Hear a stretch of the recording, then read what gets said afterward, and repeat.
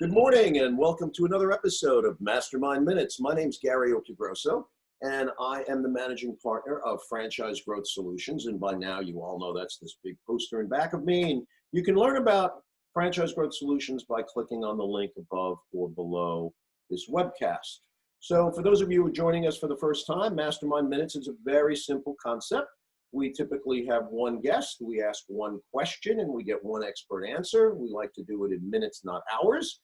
We realize that's a tease, as I say generally every week, and as a result of that, we will post our guests' contact information in the text of the podcast or the webcast. So no worries, you don't have to run around and try and write this stuff down. So today my guest is Stephen Kohler. He's the founder and CEO of Audira Labs. And Audira Labs enables leaders, teams, and organizations to amplify their leadership through transformational one-on-one executive coaching and music-infused experimental team and effectiveness workshops. Stephen brings his passion for people along with 25 years, doesn't look that old, 25 years of experience, and within organizations ranging from startups to Fortune 100 companies across multiple industries. His credentials include an MBA from the University of Chicago's Booth School of Business, a BA in philosophy from Northwestern University, and is a certified professional coach and Balanced Scorecard Professional, which I definitely want to know more about. His passions include spending time with his wife, his 2 children, and 2 dogs. He is a lifelong musician, avid barbecue enthusiast, and loves traveling the world. So, Stephen, thank you very much for being here with us today. Before we get started on the question, maybe you want to fill in some blanks for us. Tell us a little bit more about your background and about Audira Labs. Well, Gary, thank you so much for having me. It's a delight. I really look forward to today's jam session together. I appreciate you being a fellow musician because that'll be definitely a theme I talk a little bit about. Yeah, just to build on the kind introduction you offered, I would say, I have a number of passions that I've been very fortunate most recently to combine. I have a passion for really helping and serving people. I have a passion for music and creativity, and I have a passion specifically for leadership. And what I've been able to do is really, quite frankly, combine all of those passions into Audira, leveraging my business experience as a corporate leader, my desire to help people grow, and then using a bit of a unique twist of bringing music into helping people, whether they have any musical background or not, learn how to amplify their particular leadership desire. So it's a real pleasure to be able to do all that, and I'm very grateful. Well, that sounds like good stuff. And again, you got me sold because, hey, music and barbecue, what could be better? But I, as someone who has been an entrepreneur most of my life, actually maybe all my life, because there were probably times in my life that I don't recall, I might have been an entrepreneur. The idea of rolling various skill sets into an entrepreneurial point of view, whether it be your outlook on music, whether it be your outlook on food, or your family, how you live your life, I think those are all very, very important pieces. And I'm not going to say that those are that's what separates success and failure. But I do believe that even successful people can be more successful or happier in what they're doing if they fold in some of the other pieces to the life's puzzle that they know exist, but may not feel are necessarily connected to their day-to-day job. So I guess, the question today is interesting in terms of what I want to know about, because I think we're in a unique time. And I'd like to know why it's more important than ever that leaders hone their active and deep listening skills and how they can do this. Because I believe the better we listen, the better we can respond and address issues. Thank you for the question, Gary. It's perhaps the one that I think about the most often from a number of different perspectives. I think I'll start my answer by saying, when COVID hit, and over the last 9-10 months, the word that keeps coming up to me is this idea of cacophony. Is that we, whether we're professionals in the community, working in organizations, leaders in our homes, we're overwhelmed by noise. We obviously are struggling with a world pandemic, unlike something that most of us have ever experienced in our lifetime. Many of us, particularly those of us listening in today who are owners, operators of small businesses, are struggling with that as well. We're deluged with social media. We're overwhelmed by a 24/7 news cycle. There's a lot of noise in the system, so to speak. And so I liken that, much like in a musical context, to dissonance or noise. And the reason that matters, I think, is that it creates a negative impact on all of us. It's creating, obviously, tremendous stress, anxiety, mental health issues are on the rise. It's obviously creating a negative impact on our businesses.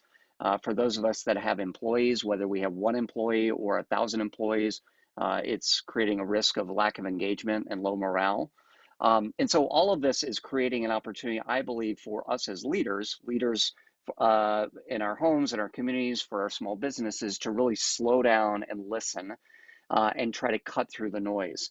And one of the things we at Audira really focus on is helping leaders do that and cutting through the noise and listening carefully in a number of aspects. First, it starts with listening to ourselves. Frankly, in terms of helping leaders identify what's important to themselves, their values, um, what they believe is important to themselves as a leader, their mission, if you will, why they exist, what they hope to create in the world, and then their vision, what they hope to achieve and create. Um, and then, of course, doing that for their businesses as well, what they hope to create for their clients and so forth. So we're experiencing this incredible noise. I think we have the ability to cut through that, really slow down, identify what's important. And then, as we were talking about before the call, really just be present and identify what's the most important thing that we want to focus on and do so with clarity and focus. Well, I hear you, and it sounds simple, and I agree. We do live in a very noisy society. As a marketer and a brand person working with clients, a lot of what we do is try to break through the clutter of all that noise. So it is on many different levels. So two things you said there that are intriguing to me. You talked about, slowing down and listening to yourself. And as a former radio guy, that's what you really need to learn to do is listen to yourself. But I guess when I was in my late 20s, I got involved in the Zen practice of meditation and quieting your mind and mindfulness. Are you connecting that level of mindfulness with what you just said? Absolutely, and I appreciate kind of mentioning mindfulness. One of the practices or tools that we at Ardira emphasize is this idea of multi-dimensional or multi-level listening. We call it the three levels of listening, and I'll start with some metaphors to music, given that you and I are both musicians, and there are some ties to mindfulness. Level one is where most of us are 99% of the time. We are at level one, which is to say that we are largely focused on ourselves and we're stuck in our own heads, thinking about all of the things that's going on in our lives, what happened earlier today, what we have to do tomorrow. We're very distracted. And musically, I like to make the metaphor. This is somewhat like being a solo instrumentalist, where we're very focused on our own instrument. And some of the time, that's good because we're deeply aware. And in the best possible case, it would be, as you said, we're very mindful. We're listening to our own tone and timbre and pitch and so forth. Sometimes at that state, we're not fully present and we're very distracted. So one of the first things we say is it's important to kind of recognize when you're in that more distracted state of being and get truly present, much like you might when you're practice mindfulness or meditation. So very practically, being intentional about turning off or at least muting a lot of those social media distractions, texts and emails, and carving out time to be present and focused. Perhaps practicing some deep breathing exercises, turning off maybe notifications. The second step, and that's an important place to start, but it's necessary, but it's not sufficient. We then get to what we call as level two, where after becoming really present to ourselves, we start to tune out or tune in, so to speak, to those things most immediately around us. And musically, I might call this a bit like playing in a duet, where you're starting to open up your attention to those around you, at least in terms of conversation. So you're not only aware of yourself, but you're aware of those around you, and you're listening, obviously, with your ears in terms of what they're saying. But you're also starting to kind of interpret and integrate what they're saying to you. So much like in a musical context, you start to do what we call and response, where if I'm really starting to listen to you, I might play something for you, you listen actively, and then repeat back, note for note what you heard, and then we do the same thing. That's when level two works really well. Even then, though, there's some traps, and you mentioned this beautifully before we started recording. And one of the traps we get into at level two is what we call listening with the intent to respond, where I might be quiet or seemingly quiet and pretending that I'm listening. I might be nodding my head and doing some ahas, but all I'm really doing is waiting for you to stop talking so I can tell you what I think. And that's a trap at kind of that level two area when we're not really with the other person. So then we get to the final part, which is what I believe and Audira believes is really the goal that we all want to get to, which is level three listening. And that's when you are fully present with yourself, as you pointed to earlier. You are also tuned into those around you, truly, and you're not simply listening with intent to respond. But then at level three, you've kind of awakened your awareness and listening to the space, the full space around you. And I liken that to perhaps being a performer in an ensemble, whether it's a jazz quartet or an orchestra. So you're listening to your own instrument, you're listening to the other instrumentalists around you, but then also kind of how everything combines together. And that is a really powerful and very rare form of listening that most of us don't practice. And I think in my experience in corporate arenas, it's probably the one area that I think the most effective leaders practice most consistently. When you've gotten to that level of success, you're obviously very technically capable at whatever your background is. You're great at that. You've built businesses, right? You have functional expertise. But what I believe really takes the best leaders over the top is their ability to listen and remain curious. And at that level three area, harkening back to your point about mindfulness, there's a level of what we call the beginner's mind or a learner's mindset, where the best leaders enter conversations really being curious, regardless of how much expertise they have, because they always believe there's something new and different they can learn from somebody else that they're in conversation with. So being focused, being aware of themselves, others, and then being really curious and unattached to where a conversation might go. Because a lot of times we'll get into a conversation and what we're really trying to do is convince somebody of a particular opinion we have rather than being open to what somebody says. So that's a quick riff on that question. So thank you. No, absolutely. And as I was listening to you, I was becoming curious, by the way. And that really has to do with, and by the way, I totally agree with the learner's mindset. People who know me know that I will say, you're never too young to teach and you're never too old to learn. And if you keep that in mind, everything is open to you. All the possibilities are open to you.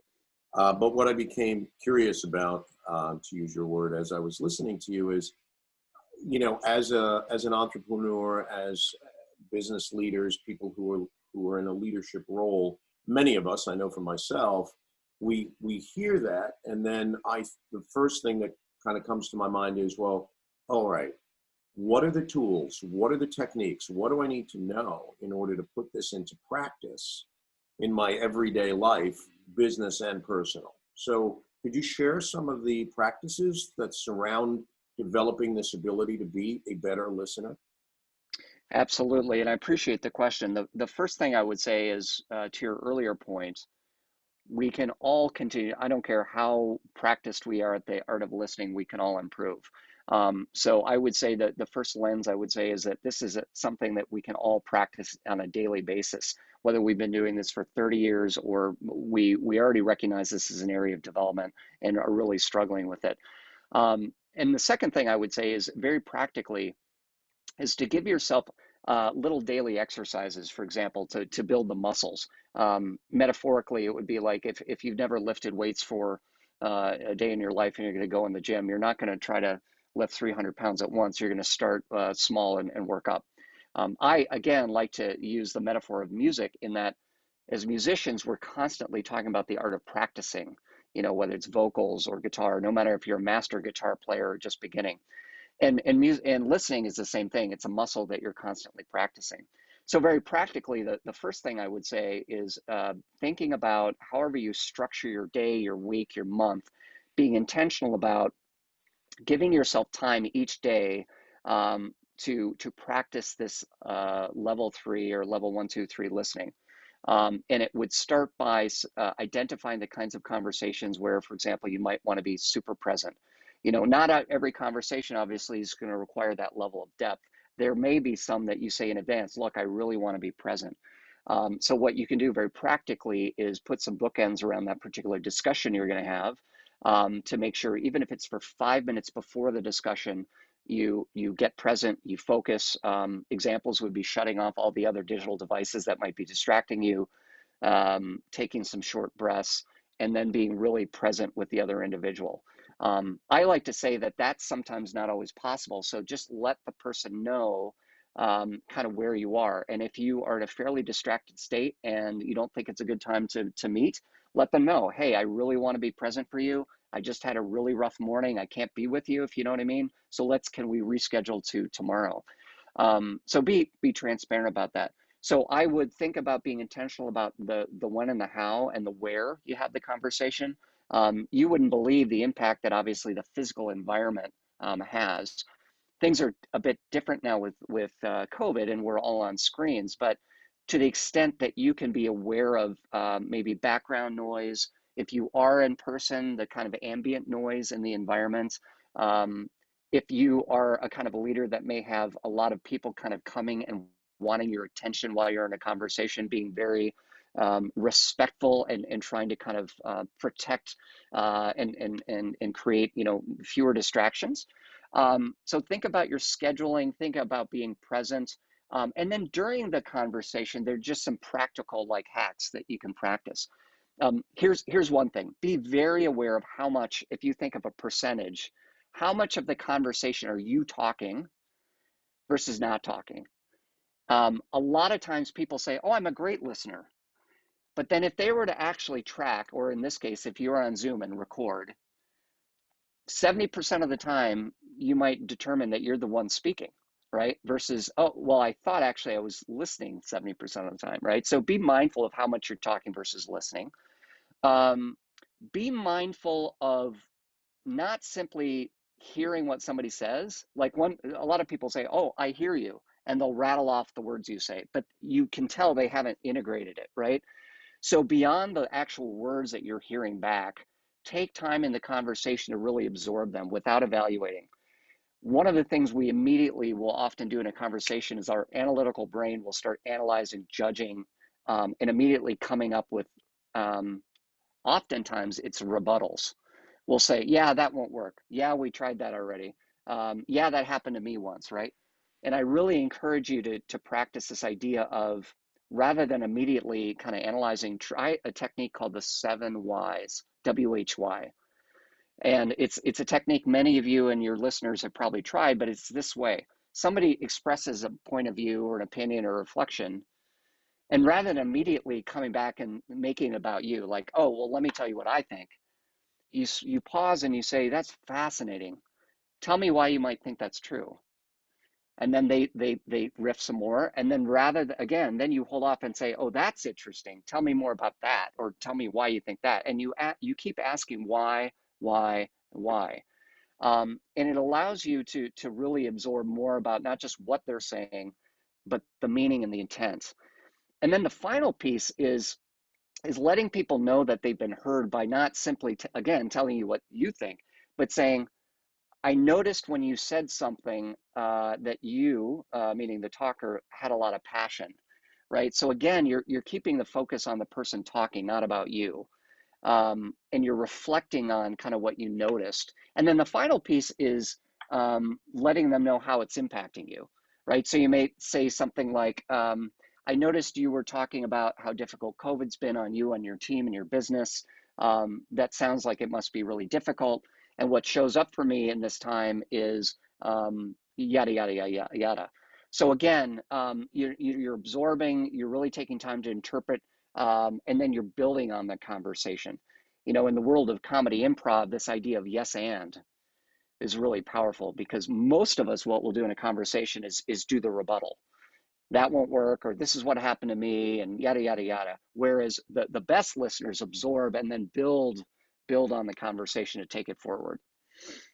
Well, I I noticed when you were talking about um, the almost preparation of having a conversation or a meeting, and it's interesting because I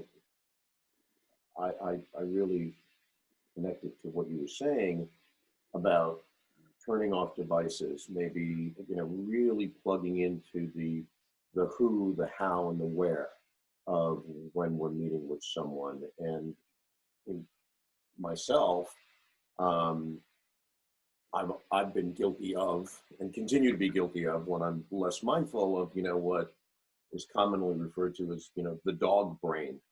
I'm the dog, and you throw the ball over here and I run there, and you throw the ball over here and I run there, and there's really no purpose to the, if I relate that to a conversation, there's no really purpose to the conversation. It's just words going back and forth. I love the 7 whys.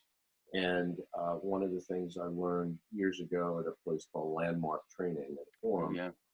is that most of us are saying things or putting up this persona where we either want to look good or we want to be right. And very often when people are having a conversation, the back and forth is about being right or looking good. So those seem to be very, very practical type of tools and tips. And I love the metaphor of going to the gym. I am the guy that goes to the gym and tries to lift up 300 pounds. And then I try to justify it by saying, well, I just wanted to see how far I could go. Meanwhile, I know it's about 180, and that's about it. So on a going forward basis, if you took this to, let me just back up. I'm sorry. Your services are typically given to, you work with what type of individual? Who would be your clients for these types of services? Thanks, Gary. There's really kind of two parts to the answer. And the most foundational, I would say, any individual or team that is looking to either grow in some way or change. The two words that I hear that really resonate for me in terms of what the support I provide are people saying, hey, I'm stuck, or my team is stuck, or my business is stuck, and we need some support. And we need to make some kind of change from a leadership development perspective. Can you help us? The other area is, we are trying, either I individually as a leader am trying to grow, and I need to expand my toolkit of leadership skills to get us from where we are today to tomorrow, or I need to help enable others, my organization, to grow.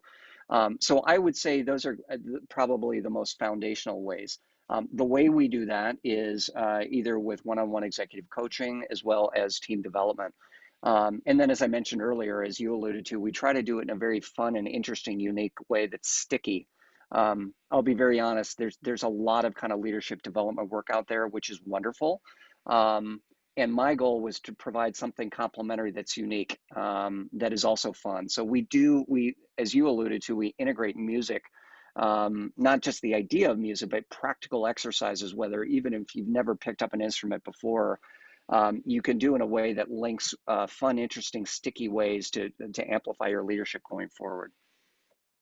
Well, again, I mean, to me, it's fascinating.